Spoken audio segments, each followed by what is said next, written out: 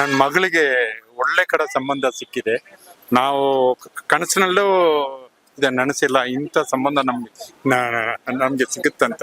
ಕೆಲವರಿಗೆ ಮದುವೆ ಆಗಿಲ್ಲ ಅನ್ನೋದೊಂದು ಸಮಸ್ಯೆ, ಕೆಲವರಿಗೆ ಜನರಲ್ ಆಗಿರೋದು ಹಣಕಾಸಿನ ಸಮಸ್ಯೆ, ಆರೋಗ್ಯ ಸಮಸ್ಯೆ. ಸೊ ಅವ್ರವ್ರಿಗೆ ತಕ್ಕಂಗೆ ಏನೇನ್ ಸಮಸ್ಯೆ ಇದೆ ಅದನ್ನೆಲ್ಲ ಅವ್ರು ಯಾರು ಹೇಗ್ ಬೇಕೋ ಬೇಡ್ಕೋಬಹುದು. ದೇವ್ರದ್ದು ನೀರು ಅದರಲ್ಲಿ ಅರ್ಶನ ಹಾಕಿ ನಮ್ಗೆ ಎಲ್ಲರಿಗೂ ಪ್ರೋಕ್ಷಣೆ ಮಾಡ್ತಾರೆ. ಶಿವ ತುಂಬಾ ಬಹಳ ವಿಶೇಷ, ಯಾಕೆಂದ್ರೆ ಇದು ನವಪಾಷಾಣ ನಿರ್ಮಿತವಾದಂತಹ ಲಿಂಗ. ಈ ಲಿಂಗಕ್ಕೆ ಬಿದ್ದಂತಹ ತೀರ್ಥ ಅಮೃತಕ್ಕೆ ಸಮಾನ.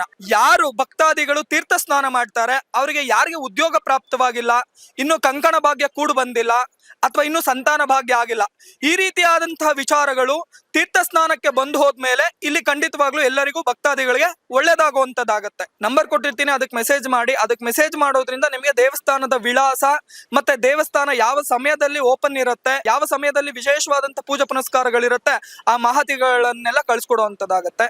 ದೇವಸ್ಥಾನದ ಬಗ್ಗೆ ಫ್ರೆಂಡ್ಸ್ ಹೇಳಿದ್ರು. ಸೊ ಇನ್ಸ್ಟಾಗ್ರಾಮ್, ಫೇಸ್ಬುಕ್ ಎಲ್ಲ ಕಡೆ, ಯೂಟ್ಯೂಬ್ ಎಲ್ಲ ಕಡೆ ಇವಾಗ ಇದಿದೆ.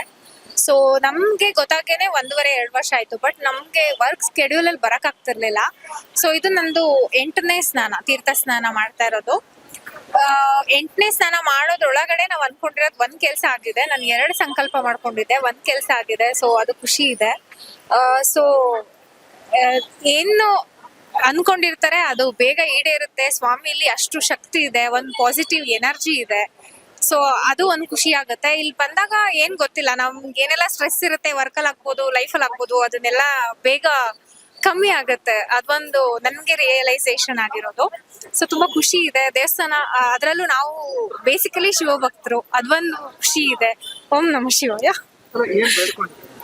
ಅದು ಪರ್ಸನಲ್ ಹೇಳಕ್ಕಾಗಲ್ಲ, ಬಟ್ ಕೆಲ್ಸ ಆಗಿದೆ. ಇಲ್ಲಿ ತುಂಬಾ ಜನ ಬರೋದು ಮದ್ವೆ ಆಗಿಲ್ದೆ ಇರೋರು ಅಥವಾ ಅನಾರೋಗ್ಯ ಇರೋರು.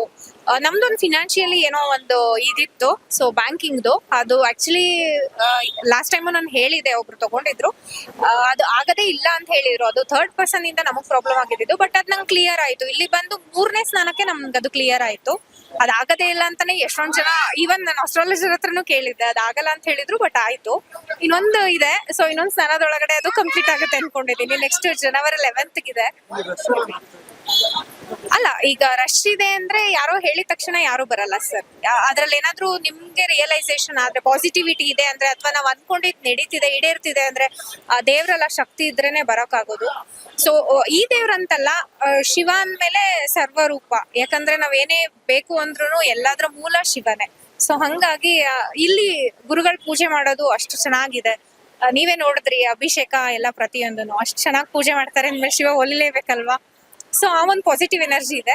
ಸೊ ಯಾರೆಲ್ಲ ಬರ್ಬೇಕು ಅನ್ಕೊಂಡಿದ್ದೀರಾ ದಯವಿಟ್ಟು ಬನ್ನಿ. ನಿಮ್ ಏನ್ ಇಷ್ಟಾರ್ಥಗಳಿದೆ ದೇವ್ರ ಹತ್ರ ಕೇಳ್ಕೊಳ್ಳಿ.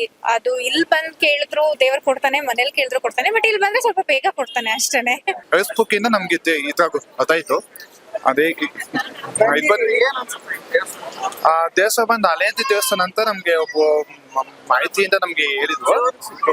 ಬಟ್ ಚೆನ್ನಾಗತ್ತೆ ಅಂತ ಒಂದು ಹೋಪ್ ಇಟ್ಕೊಂಡು ನಾವು ಬಂದಿದ್ದೀವಿ. ಓಕೆ, ನಮ್ಮ ಒಪಿನಿಯನ್ ಇದೆ. ನಾವಂದ್ರೆ ಅದು ಹೋಪ್ ಇಟ್ಕೊಂಡು ನಾವು ಬಂದಿರೋ ಆಚೆ ಎಲ್ಲಾರ್ಗೂ ಒಳ್ಳೇದಾಗ್ಬೇಕಂತ ನಮ್ಮ ಇದೆಲ್ಲ ಇದೆ. ನಂಗೆ ಶಿವ ಅಂದ್ರೆ ತುಂಬಾ ಇಷ್ಟ. ನಂಗೆ ಯೂಟ್ಯೂಬ್ ಅಲ್ಲಿ ನೋಡ್ಬಿಟ್ಟು ಶಿವನ್ ದೇವಸ್ಥಾನ ಅಂತ ಇದೆ, ಎಲ್ಲಿ ಸುತ್ತ ನೋಡ್ತಾ ಇದ್ದೆ. ಶಿವನ್ ದೇವಸ್ಥಾನ ಬೇಕಿತ್ತು ನನಗೆ, ಹಂಗಾಗಿ ಶಿವನ್ ದೇವಸ್ಥಾನ ಸಿಕ್ತಲ್ಲ ಅಂತ ಹೇಳಿ ನಾನು ಪ್ರತಿ ವಾರ ಬರ್ತಾ ಇದ್ದೆ. ನಾನು ಏನು ಕೇಳ್ಕೊಂಡಿಲ್ಲ, ಸುಮ್ನೆ ಬಂದು ನಮಸ್ಕಾರ ಮಾಡ್ಕೊಂಡು ಒಳ್ಳೇದಾಗ್ಲಿ ಅಂತ ಕೇಳ್ಕೊಂಡು ಹೋಗ್ತಾ ಇದ್ದೀನಿ. ನನ್ಗೆ ಅದ್ರ ಬಗ್ಗೆ ಎಲ್ಲ ಏನು ಗೊತ್ತಿಲ್ಲ. ಶಿವ ಅಂದ್ರೆ ಒಂಥರ ಎಲ್ಲ ಒಳ್ಳೇದ್ ಮಾಡೇ ಮಾಡ್ತಾನೆ ಜನಗಳಿಗೆ. ನನ್ ಕೇಳಿ ಬರ್ಬೇಕಷ್ಟೆ, ಮಾಡಿಸ್ಕೊಂಡೆ ಇವತ್ತು. ಏನಿಲ್ಲ, ನಮ್ಗೂ ಒಳ್ಳೇದಾಗ್ಲಿ, ಮಕ್ಳಿಗೆ ಒಳ್ಳೇದಾಗ್ಲಿ ಅಂತ ಕೇಳ್ತಾ ಇದ್ದೀನಿ ಅಷ್ಟೇ. ಬರ್ಲಿ ಶಿವನ್ ದೇವಸ್ಥಾನ, ಇನ್ನು ಜಾಸ್ತಿ ಜನ ಬರ್ಬೇಕು, ಇನ್ನು ಒಳ್ಳೆ ಇದು ಹೆಸರು ಮಾಡ್ಬೇಕು ಅಂತ ನಮ್ಗೆ ಆಸೆ. ಶಿವನ್ ದೇವಸ್ಥಾನ ಚೆನ್ನಾಗಿರ್ಬೇಕು, ಎಲ್ಲಾರು ಬರ್ಬೇಕು. ನಮ್ ಹಿಂದೂಗಳೆಲ್ಲ ಏನು ಬೇಡ್ಕೊಟ್ಟು ಒಳ್ಳೇದಾಗ್ಲಿ ಅಂತ ಕೇಳ್ಕೊಂಡು. ನಂಗೆ ಶಿವ ಅಂದ್ರೆ ಪಾಸಿಟಿವ್, ಹಂಗಾಗಿ ಎನರ್ಜಿ ಇದ್ದೇ ಇರುತ್ತೆ ಅಂತ ಅನ್ಕೊಂಡಿದ್ದೀನಿ. ತುಂಬಾ ದಿನದಿಂದ ಈ ದೇವಸ್ಥಾನಕ್ಕೆ ಬರ್ತಾ ಇದೀನಿ. ಫಸ್ಟ್ ಎಲ್ಲ ನಮ್ಗೆ ಗೊತ್ತೇ ಇರ್ಲಿಲ್ಲ ಇಲ್ಲಿ ದೇವಸ್ಥಾನ ಇದೆ ಅಂತ. ನಾವು ಓಟ್ ಹಾಕಕ್ ಬಂದಾಗ ನೋಡಿದೀನಿ. ಆಮೇಲೆ ಗುರುಗಳು ನಮ್ಗೆ ಪರಿಚಯ ಇದ್ದಾರೆ. ಬಾಬಾ ದೇವಸ್ಥಾನಕ್ಕೆ ಬರ್ತಾ ಇದ್ರು ಅವರು ಕೊರಲ್ ನೋಡಿನೇ ಶಿವರಾತ್ರಿ ದಿವಸ ಅನೌನ್ಸ್ ಮಾಡಿದ್ರು ಪೂಜೆಗೆ ಬನ್ನಿ ಅಂತ. ಅವ್ರು ನೋಡಿನೇ ನಾನು ಇಲ್ಲಿಗೆ ಬಂದೆ. ಏನೋ ಒಂದು ನಂಬಿಕೆ, ಮಗನ ಮದುವೆ ಭಗವಂತ ನೆರವೇರಿಸ್ಬೇಕಂತ ನೋಡ್ತಾ ಇದ್ದೀನಿ, ಬೇಡ್ಕೊಂಡಿದ್ದೀನಿ ಸ್ವಾಮಿಗೆ. ಎಲ್ಲಾರ್ಗೂ ಒಳ್ಳೇದಾಗುತ್ತೆ ಅಂತ ಎಲ್ಲರೂ ಹೇಳ್ತಾ ಇದ್ದಾರೆ. ನಮಗೂ ಒಳ್ಳೇದು ಮಾಡಲಿ ದೇವರು ಅಂತ. ಕೆಲವರಿಗೆ ಮದುವೆ ಆಗಿಲ್ಲ ಅನ್ನೋದೊಂದು ಸಮಸ್ಯೆ, ಕೆಲವರಿಗೆ ಜನರಲ್ ಆಗಿರೋದು ಹಣಕಾಸಿನ ಸಮಸ್ಯೆ, ಆರೋಗ್ಯ ಸಮಸ್ಯೆ. ಸೊ ಅವ್ರವ್ರಿಗೆ ತಕ್ಕಂಗೆ ಏನೇನ್ ಸಮಸ್ಯೆ ಇದೋ ಅದನ್ನೆಲ್ಲ ಅವ್ರು ಯಾರು ಹೇಗ್ ಬೇಕೋ ಬೇಡ್ಕೋಬಹುದು. ಪ್ಲಸ್ ಇಲ್ಲಿ ಕೆಲವರಿಗೆ ಕಂಕಣ ಕಟ್ತಾರೆ, ಕಂಕಣ ಕಟ್ಟೋರು ಇಲ್ಲ ರುದ್ರಾಭಿಷೇಕ ಅನ್ನೋದೊಂದು ಪ್ರಾಸೆಸ್ ಇರುತ್ತೆ, ಅದಕ್ಕೂ ಕುತ್ಕೋಬಹುದು. ತೀರ್ಥಸ್ಥಾನ ಅನ್ನೋದು ಮುಖ್ಯವಾಗಿ ಇಲ್ಲಿ ಬರೋದೆಲ್ಲರೂ ದೇವ್ರದ್ದು ನೀರು ಅದರಲ್ಲಿ ಅರ್ಶನ ಹಾಕಿ ನಮ್ಗೆ ಎಲ್ಲರಿಗೂ ಪ್ರೋಕ್ಷಣೆ ಮಾಡ್ತಾರೆ. ಸೊ ಅದು ಮೋಸ್ಟ್ ಇಂಪಾರ್ಟೆಂಟ್. ಟೀಚರ್ ಅಂತ ಹೇಳಿದ್ರೆ ವೈಜ್ಞಾನಿಕವಾಗಿ ಈಗ ಏನ್ ಹೇಳಕ್ ನೆಗೆಟಿವ್ ಕಮೆಂಟ್ ಮಾಡ್ತಾರೆ. ನಾನು ಅದೇ ಫಸ್ಟ್ ಅಲ್ಲೇ ಹೇಳಿದೆ, ಫೇತ್ ಇಸ್ ವೆರಿ ಇಂಪಾರ್ಟೆಂಟ್. ನಾವ್ ಏನೇನ್ ನಂಬ್ತೀವೋ ಅದ್ರ ಪ್ರಕಾರ ಖಂಡಿತ ಆಗೇ ಆಗತ್ತೆ. ಹಾಗಾಗಿ ಇದು ಇಲ್ಲ ಅಂದ್ರೆ ಇಲ್ಲ, ಏನು ಆಗೋದು ಇಲ್ಲ, ಇದೆ ಅಂದ್ರೆ ಇದೆ, ಅಷ್ಟೇ ವಿಷಯ ಇದು. ಸೊ ಹಾಗಾಗಿ ನಾವು ತುಂಬಾ ನಂಬೇ ಬಂದಿದೀವಿ, ಇದು ನಮ್ಗೇನೋ ಒಂದು ಒಳ್ಳೇದಾಗತ್ತೆ ಅಂತಾನೆ ಬಂದಿದೀವಿ. ಹಾಗೆ ಆಗಿದೆ, ಇದ್ರಲ್ಲಿ ನಾವು ಯಾವ್ದು ಹಿಂದಿರುಗಿ ನೋಡಿಲ್ಲ. ನನ್ನ ವಿಷಯದಲ್ಲಿ ನೋಡಿದ್ರೆ ನನ್ದ್ರಲ್ಲಿ ಒಂದ್ ಚಿಕ್ಕ ಪವಾಡ ಅಂತ ಏನ್ ಹೇಳ್ಬೇಕು ಅಂದ್ರೆ, ನಾನು ಇಲ್ಲಿಗೆ ಬಂದಿದ್ದ 2ನೇ ವಾರಕ್ಕೇನೆ ನನಗೆ ಇದ್ರದ್ದು ಮೂಲ ಸ್ಥಾನ ಕಾಶಿ ವಿಶ್ವನಾಥ ದೇವಸ್ಥಾನ ತೆನ್ಕಾಸಿಯಲ್ಲಿದೆ. ಸೊ ದೇವ್ರು ನನ್ನನ್ನು ಅಲ್ಲಿ ಕರೆಸ್ಕೊಟ್ರು, ಅಲ್ಲಿ ದರ್ಶನ ಪಡಿಸಿದ್ರು. ಸೊ ಅದು ನನ್ನ ಕಣ್ಸಲ್ಲೂ ನಾನು ಒಂದು ತೆನ್ಕಾಸಿ ಅನ್ನೋ ಒಂದು ಜಾಗ ಇದೆ, ಅಲ್ಲೊಂದು ಇದೇ ದೇವಸ್ಥಾನ ಇದೆ ಅನ್ನೋದೊಂದು ನನಗೆ ಗೊತ್ತಿರ್ಲಿಲ್ಲ. ಸೊ ಸಂದರ್ಭಗಳು ಆ ತರ ಆಯ್ತು. ಸೊ ಅಲ್ಲಿ ನಾನು ಹೋಗಿ ಅವ್ರ ದೇವ್ರ ದರ್ಶನ ಮಾಡ್ಕೊಂಡು ಬಂದಿದ್ದೀನಿ. ಸೊ ಅದಕ್ಕಿಂತ ಇನ್ನೇನ್ ಹೇಳ್ಬೋದು ನಾನು? ಇದು ನಾನು ಸೈನ್ಸ್ ಅಂತ ಹೇಳೋದಾ, ಇಲ್ಲ ಪವಾಡ ಹೇಳೋದಾ, ಇಲ್ಲ ಫೇತ್ ಹೇಳೋದಾ, even I don't know, but I completely believe ಅಷ್ಟೇ. ಹೊಸದಾಗಿ ಬರೋರ್ಗೆ ಏನ್ ಹೇಳ್ತೀರಾ? ಯಾಕಂದ್ರೆ ಇಷ್ಟೊಂದು ಜನ ಬರ್ತಾರೆ, ಹಾ, ಇದ್ರ ಬಗ್ಗೆ ನಿಮ್ಮ ಒಪಿನಿಯನ್, ಮತ್ತೆ ಹೊಸದಾಗಿ ಬರೋರ್ಗೆ ಒಪಿನಿಯನ್, ನಂಬಿಕೆಯಿಂದ ಬನ್ನಿ. ನಂಬಿಕೆ ಇಲ್ಲ ಅಂದ್ರೆ ಬರ್ಬೇಡಿ, ಯಾವ ವಿಷಯದಲ್ಲೂ ನಂಬಿಕೆ ಇಲ್ಲ ಅಂದ್ರೆ ಬರ್ಬೇಡಿ. ಇವಾಗ ನಾವು ತಿರುಪತಿ ದೇವಸ್ಥಾನಕ್ಕೂ ಹೋಗ್ತೀವಿ, ಯಾರು ಹೇಳಿದ್ರು ನಮ್ಗೆ ಹೋಗೋದಕ್ಕೆ? ತಿರುಪತಿನ ಯಾಕೆ ನಂಬ್ತೀವಿ ನಾವು? ಯಾರೋ ಹೇಳಿದ್ರು, ನಮ್ ಹಿರಿಯರೋ ಗುರುಗಳೋ ಯಾರೋ ಒಬ್ರು ಹೇಳಿ, ನಮ್ ಸಂಪ್ರದಾಯ ಅದು. ಸೊ ಇದು ಅಷ್ಟೇ, ನಮ್ಮ ಸಂಪ್ರದಾಯಕ್ಕೆ ಸಮವಾಗಿ ಇದ್ರಲ್ಲಿ ಏನು ನಾವು ಬೇರೆ ರೀತಿ ಏನು ಮಾಡ್ತಾ ಇಲ್ಲ. ನಮ್ಮ ಹಿಂದೂ ಸಂಪ್ರದಾಯ, ನಾವು ಮಾಡ್ತಿರೋ ಪದ್ಧತಿಗಳು, ಅದನ್ನ ಒಂದು ಗುರುಗಳ ಸಮಕ್ಷದಲ್ಲಿ ಅವ್ರದ್ದು ಒಂದು ಅವ್ರ ಪ್ರಾಸೆಸ್ ಅಲ್ಲಿ ನಾವು ಮಾಡ್ತಾ ಇದೀವಿ. ಸೊ ನಂಬಿ ಬನ್ನಿ ಅಂತಾನೆ ಹೇಳ್ತೀನಿ. ರಶ್ ಎಲ್ಲ ನೋಡೋರು ಏನ್ ಅನ್ಸುತ್ತೆ? ಸಾರಿ, ಅಂದ್ರೆ ರಶ್ ಎಲ್ಲ ನೋಡೋದ್ರೆ ಈಗ ತಿರುಪತಿ ದೇವಸ್ಥಾನದಲ್ಲಿ ದೇವಸ್ಥಾನದಲ್ಲಿ ನಿಮ್ಮ ನಾನ್ ಬಂದಾಗಿಂದ ಇವಾಗ ಪ್ರತಿ ವಾರ ನಾನು ಬಂದಾಗ ರಶ್ ಜಾಸ್ತಿನೇ ಆಗ್ತಾ ಇದೆ. ಅಂಡ್ ಎಸ್ಪೆಷಲಿ ಇವತ್ತು ಶನಿ ತ್ರಯೋದಶಿ ಅಂತ ಗುರುಗಳು ಹೇಳ್ತಾ ಇದ್ರು. ಸೊ ಇವಾಗ ನಮ್ಗೆಲ್ಲರಿಗೂ ಈ ಶನಿ ಕಾಟ ಅನ್ನೋದೊಂದು ದೊಡ್ಡ ಭಯ, ಅದೊಂದು ಭಯ ಹುಟ್ಟಿಸ್ಬಿಟ್ಟಿದ್ದಾರೆ. ಅದು ನಿಜಾನೂ ಇದೆ, ಬಟ್ ಅದನ್ನ ನಾವು ಹೆದರ್ಕೊಂಡ್ರೆ ಅದು ಹೆದರ್ಸುತ್ತೆ ಅನ್ನೋ ತರ ಇದೆ. ಸೊ ಹಾಗಾಗಿ ಅದನ್ನ ನಿವಾರಿಸೋದಕ್ಕೂ ಇವತ್ತು ತುಂಬಾ ವಿಶೇಷವಾದ ದಿನ ಆದ್ರಿಂದ ಎಲ್ಲರೂ ಜಾಸ್ತಿ ಜನ ಬಂದಿದ್ದಾರೆ. ಸೊ ಬಂದ್ರು, ಎಲ್ಲರೂ ಆರಾಮಾಗಿ ದರ್ಶನನೂ ಆಗ್ತಾ ಇದೆ, ಅವ್ರವ್ರದ್ದು ನೆರವೇರಿಸ್ಕೊಂಡು ಎಲ್ಲಾನು ಹೋಗ್ತಾ ಇದ್ದಾರೆ. ಸೊ ಸಮಸ್ಯೆ ಇಲ್ಲ, ವಾರ ವಾರ ಜಾಸ್ತಿ ಜನ ಆಗ್ತಿದ್ದಾರೆ, ಅದ್ ಮಾತ್ರ ನಿಜ. ಸೊ ಹಂಗಾದ್ರೆ ಎಲ್ಲರೂ ನಂಬ್ತಿದ್ದಾರೆ, ಯಾರಿಗೂ ಏನೋ ಒಂದು ಆಗಿದೆ ಅನ್ನೋದೇ ನಿಜ ಅಲ್ಲ. ನಂದು 9 ಇದು ಆಯ್ತು ತ್ರಯೋದಶಿ, ಮತ್ತು 5 ಸೋಮವಾರನ ಆಯ್ತು. ನನ್ನ ಮಗಳಿಗೆ ಒಳ್ಳೆ ಕಡೆ ಸಂಬಂಧ ಸಿಕ್ಕಿದೆ. ನಾವು ಕನಸಿನಲ್ಲೂ ಇದನ್ನ ನೆನೆಸಿಲ್ಲ, ಇಂಥ ಸಂಬಂಧ ನಮ್ಗೆ ಸಿಗುತ್ತಂತ. ಒಳ್ಳೆ ಸಂಬಂಧ ಸಿಕ್ಕಿದೆ, ಬಹಳ ಸಂತೋಷ.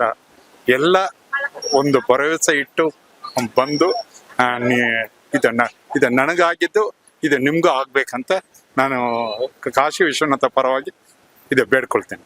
ಎಷ್ಟು ದಿನಕ್ಕೆ ದೇವಸ್ಥಾನಕ್ಕೆ ಎಷ್ಟು ದಿನದಲ್ಲಿ 9 ತ್ರಯೋದಶಿ ಬಂದೆ, ಮತ್ತೆ 5 ಸೋಮವಾರನೂ ಆಯ್ತು.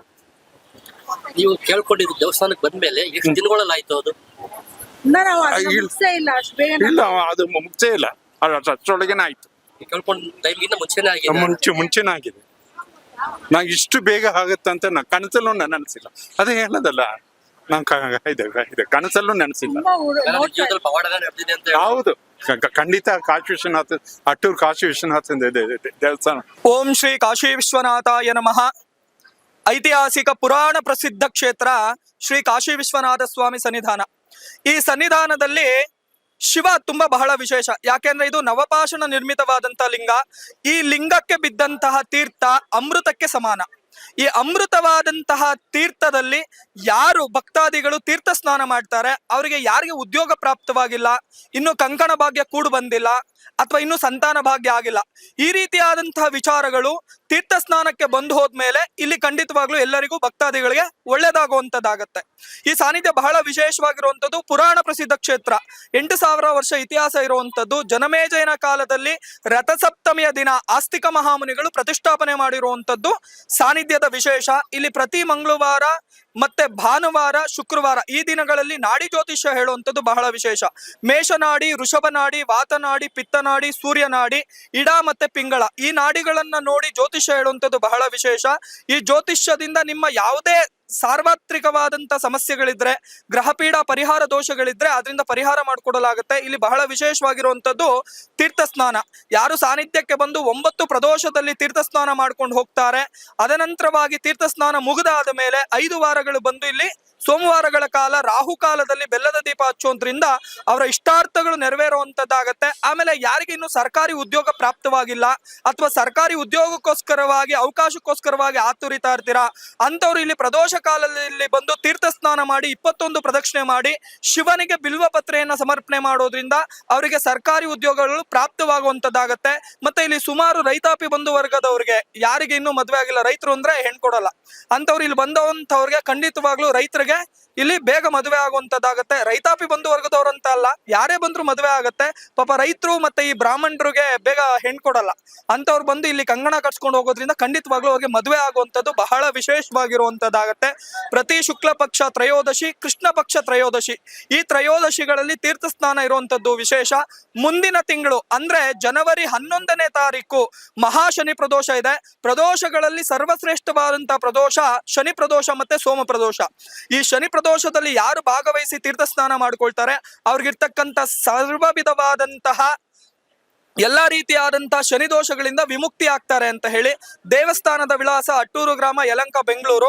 ನಂಬರ್ ಕೊಟ್ಟಿರ್ತೀನಿ, ಅದಕ್ಕೆ ಮೆಸೇಜ್ ಮಾಡಿ. ಅದಕ್ಕೆ ಮೆಸೇಜ್ ಮಾಡೋದ್ರಿಂದ ನಿಮಗೆ ದೇವಸ್ಥಾನದ ವಿಳಾಸ ಮತ್ತೆ ದೇವಸ್ಥಾನ ಯಾವ ಸಮಯದಲ್ಲಿ ಓಪನ್ ಇರುತ್ತೆ, ಯಾವ ಸಮಯದಲ್ಲಿ ವಿಶೇಷವಾದಂತಹ ಪೂಜಾ ಪುನಸ್ಕಾರಗಳಿರುತ್ತೆ ಆ ಮಾಹಿತಿಗಳನ್ನೆಲ್ಲ ಕಳ್ಸಿಕೊಡುವಂತದ್ದಾಗತ್ತೆ.